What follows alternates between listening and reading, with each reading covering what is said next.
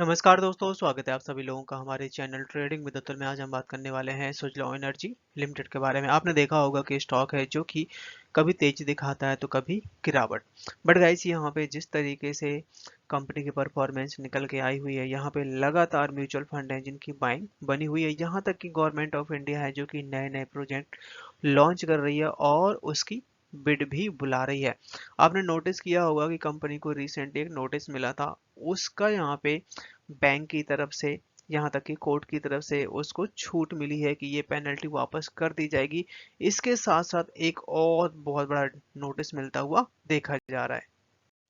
पुरानी जो मैनेजमेंट थी उसके ऊपर कोई भी धब्बा नहीं निकल के आया था, बट गाइस यहाँ पे एक ऐसा ब्लेम लगाया जा रहा है कि ये जो मैनेजमेंट है अपने एम्प्लॉय के साथ में सही से बिहेव नहीं कर रही है, फ्रॉड कर रही है, और उसके लिए गवर्नमेंट यहाँ पे शिकंजा कसती हुई देखी जा रही है। अगर ये बात सही निकलती है तो स्टॉक कहाँ तक टूटेगा, यहाँ तक कि मैनेजमेंट ने बात ये भी कह दी है कि हम कोर्ट तक जाएंगे इस मैटर को लेके। इसके साथ साथ गवर्नमेंट ऑफ इंडिया है जो कि बजट में बड़ी अनाउंसमेंट कर सकती है, उसकी अभी से कुछ कुछ प्लानिंग बाहर निकल के आने लगी है। जिस तरीके से माहौल बन रहा है, आपने देखा होगा कि काफी अच्छी खरीदारी देखने को मिली थी थर्सडे के दिन, बट फ्राइडे का मार्केट बहुत ज्यादा खराब था। तो चलिए गाइस, आज के दिन अपने पास बहुत सारी न्यूज है, प्लीज वीडियो के लास्ट तक बने रहें। अगर आप लोगों को वीडियो थोड़ा भी पसंद आए तो प्लीज लाइक सब्सक्राइब करना ना भूलें। 2 दिनों की काफी अच्छी खरीदारी देखने के बाद आज के दिन फिर से मार्केट में ताबड़तोड़ बिकवाली देखने को मिली। निफ्टी 50 है जो कि 185 पॉइंट्स की डाउन साइड, बैंक निफ्टी है जो कि 620 पॉइंट्स की डाउन साइड, आईटी है जो कि 625 पॉइंट्स की डाउन साइड, और स्मॉल कैप का इंडेक्स है जो कि करीबन 20 पॉइंट्स की डाउन साइड के साथ क्लोजिंग दिया हुआ है।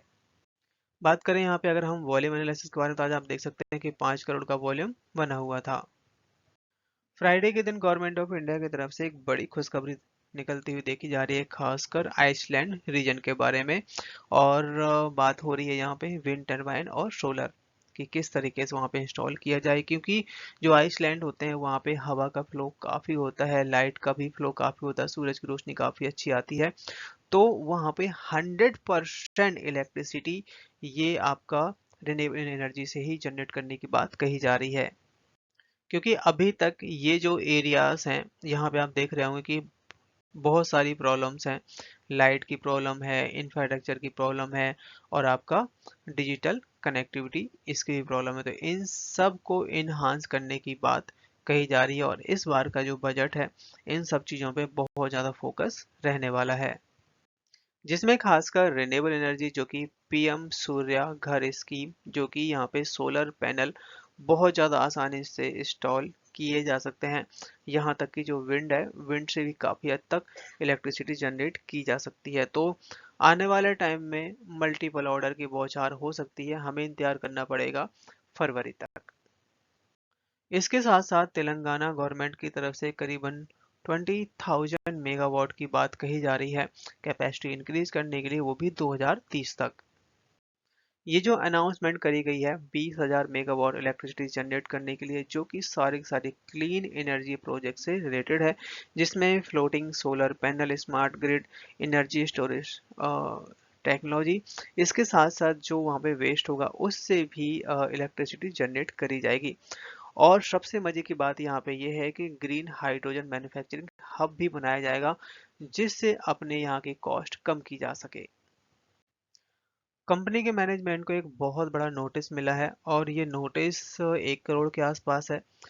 बात बिल्कुल सही है कि 1 करोड़ का अमाउंट कंपनी के लिए बहुत बड़ा नहीं है, बट यहाँ पे जो ब्लेम लगाया जा रहा है वो थोड़ा सा हो सकता है कि रिटेल को पसंद ना आए, जिसमें बताया जा रहा है कि ये जो नोटिस जारी किया गया है डिस अलाउंस के बारे में, late payment related employee contribution, employee का जो भी कंट्रीब्यूशन होता है, पीएफ है, ईएसआई है, हर महीने कटता है, बट कंपनी की एचआर ने अभी तक पेमेंट नहीं किया है, तो उस सब के ऊपर पेनल्टी लगाते हुए ये यहाँ पे नोटिस जारी किया गया है। आपने देखा होगा कि अगर आपका पीएफ कटता है और अगर मंथली बेसिस पे ना जमा हो तो आपको जो इंटरेस्ट मिलता है या और भी जो बेनिफिट मिलते हैं वो सब कम हो जाते हैं। तो यहाँ पे जो मैनेजमेंट है इस तरीके से एक्टिविटी करती हुई देखी जा रही है।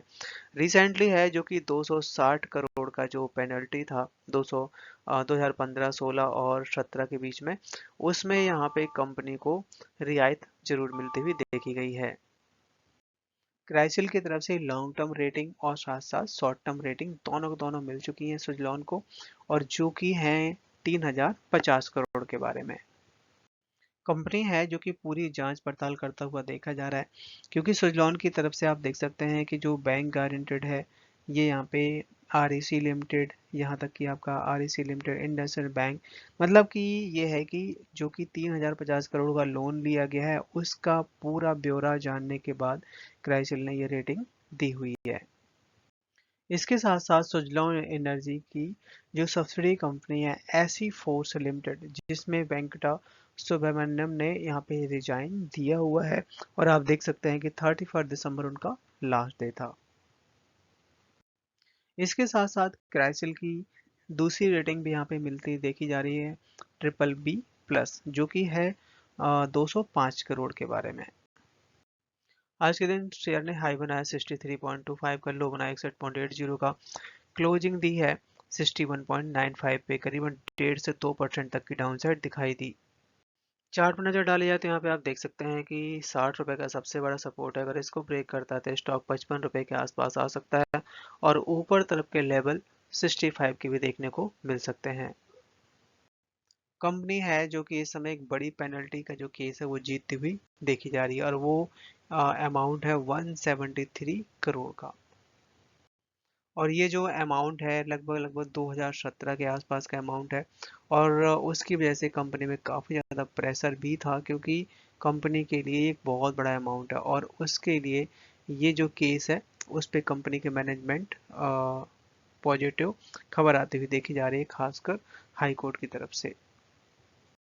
यहाँ पे आप देख सकते हैं कि कंपनी की तरफ से लेटर भी जारी किया गया है कि ये जो अमाउंट है ये कंपनी को वापस मिलेगा, क्योंकि कंपनी है जो कि उस समय पे कर चुकी थी। ऐसे बहुत सारे नोटिस हैं जो कि इस साल भी कंपनी को मिले हैं, और उसके बिहार पे कंपनी पे करती है, केस भी चलते हैं, और काफ़ी हद तक केस है जो कि कंपनी जीत भी जाती है, क्योंकि मैक्सिमम तौर पे जो गवर्नमेंट ऑफ इंडिया है जो कि अपनी कैलकुलेशन के हिसाब से नोटिस जारी करती है, और काफ़ी हद तक कंपनी भी अपनी तरफ सही होती है, तो वो केस चलते हैं बट और डिसीजन भी आते हैं। तो ये एक बहुत बड़ा अमाउंट है जो कि यहाँ पे सुजलॉन जीत चुकी है।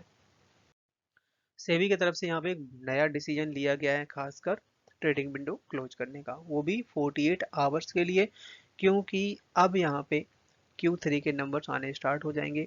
Q3 का जो साइकिल था वो क्लोज हो चुका है। इस बार के Q3 के नंबर बहुत अच्छे रह सकते हैं। लास्ट टाइम जो Q3 के नंबर आए थे करीबन 203 करोड़ का प्रॉफिट था, और लगातार यहाँ पे कंपनी के जो प्रॉफिट है उस पर तेजी बनती हुई देखी जा रही है। इस बार यहाँ पे जो नंबर की बात कही जा रही है बड़े आराम से 250 करोड़ तक का प्रॉफिट आ सकता है। अगर गाइस यहाँ पे 250 करोड़ का स्टॉक प्रॉफिट आता है तो बड़े आराम से स्टॉक है जो कि फिर से 80-90 रुपए तक की लेवल दिखा सकता है, क्योंकि कंपनी के पास इस समय ज़्यादा लोन नहीं है, तो इंटरेस्ट ना के बराबर हो चुका है।